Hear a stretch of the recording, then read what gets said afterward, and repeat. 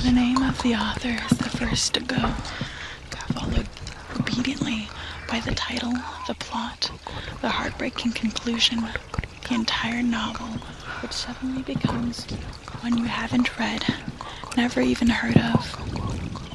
As if one by one the memories used to harbor decided to retire to the southern hemisphere of the brain, to a little fishing village where there are no phones.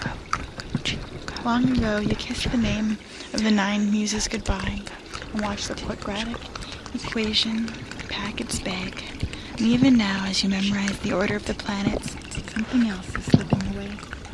State flower, perhaps, the address of an uncle, the capital of Paraguay. Whatever it is you are struggling to remember, it is not poised on the tip of your tongue, or even lurking in some obscure corner of your spleen. It has floated away down a dark, mythological river, whose name begins with an L, as far as you can recall.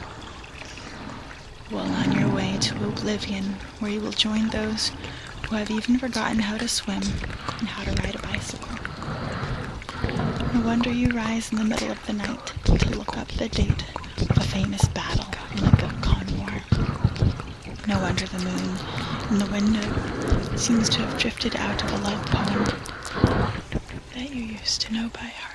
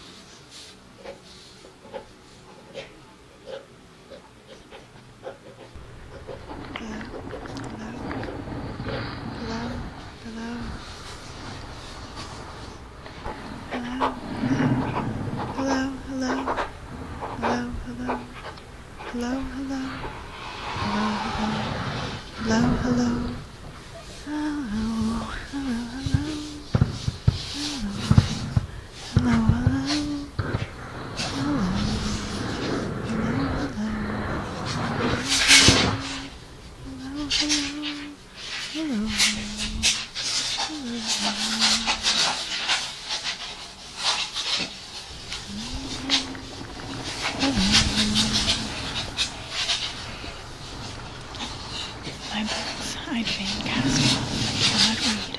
Twixt every page my thoughts go stray at large. Down in the meadow, there is the butcher feed, and will not mind to hit their proper targe. Plutarch was good, and so was Homer too. Our Shakespeare's life were rich to live again. What Plutarch read was not good nor true, nor Shakespeare's books, unless his books were men.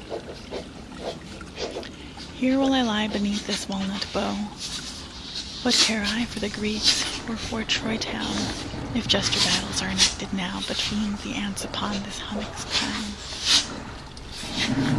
Bid Homer wait until I the issue learn. If red or black, the gods will favor most. For yonder Ajax will the phalanx turn, struggling to heave some rock against the host. Tell Shakespeare to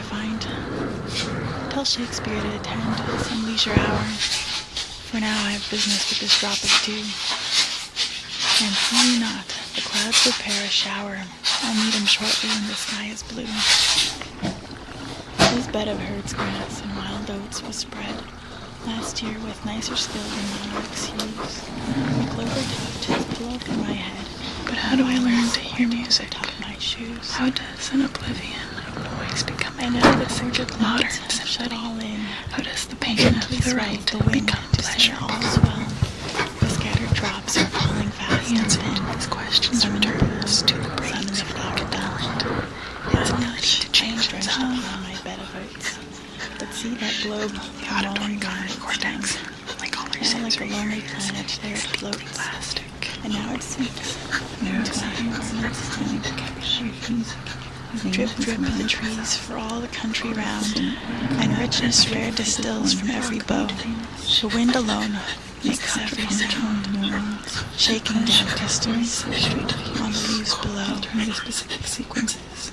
For shame the sun will never show himself, and could not with his beams ere melt me so, and dripping waters. They would become an elf, who in a beaded coat does gaily so. Its violins tune the strings of their instruments. One of the central functions of the cortical network is what neuroscience calls egocentric selection. When a pattern of noises is heard repeatedly, the brain memorizes the pattern. Feedback from higher up brain regions recognizes the auditory cortex, which makes it easier to hear the pattern in the future.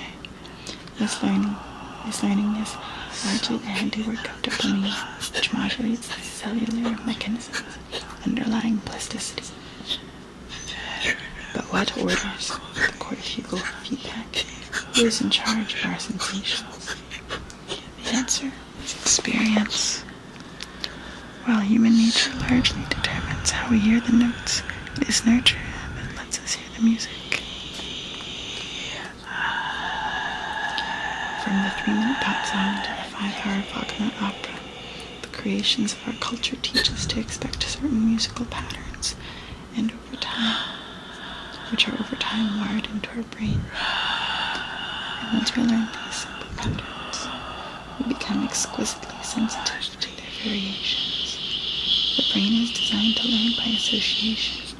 If this, then that. Music works subtly by toying with our expected associations, enticing us to make predictions, and then confronting us with our own prediction errors. In fact, the brainstem contains a network of neurons that responds only to surprising sounds. When the musical pattern we know is violated, these cells begin the neural process that ends with the release of dopamine, the same neurotransmitter that reorganizes the auditory cortex. Dopamine is also the chemical source of our most intense emotions, which helps to explain the strange emotional power of music, especially when it confronts us with newness and dissonance. By tempting us with fragile patterns, music taps in to the most basic brain circuitry.